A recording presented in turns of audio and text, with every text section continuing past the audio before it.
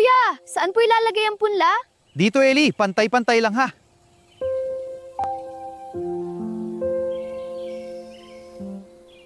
Sige po. Kaya ko po ito. Ang bata mo pa, pero marunong ka na. Kailangan po para kay nanay at kapatid ko.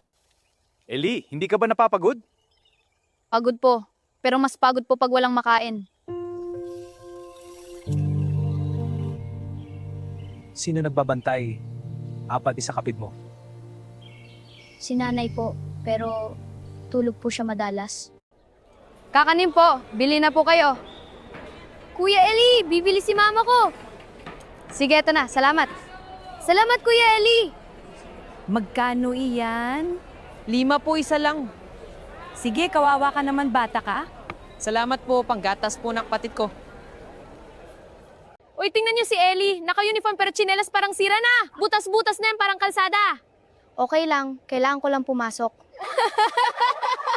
Baka pag umulan, sabog na tsinelas mo.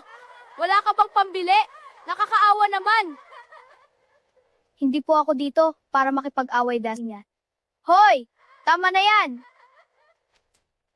Swerte niya may pasok pa siya kahit ganyan eh. Kahit butas, basta makapag-aral mo. Ellie, nandito ka na naman. Opo, magbebenta po ako plastic. Hindi ka ba napapagod? Medyo po, pero kailangan eh.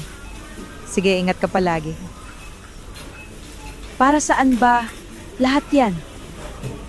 Para po sa kapatid ko.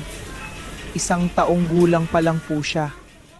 Ellie, umuwi ka na pala. Opo nanay, may pera po ako. Pasensya ka na anak. Kung nabubuhay lang sana ang itay mo, hindi mo na sana dinaranas sa mga ito. Off lang po, andito si kuya. Minsan naiisip ko, hindi mo deserve ang ganitong buhay. Huwag po kayong mag-alala, kakayanin natin ito. Basta sama-sama tayo.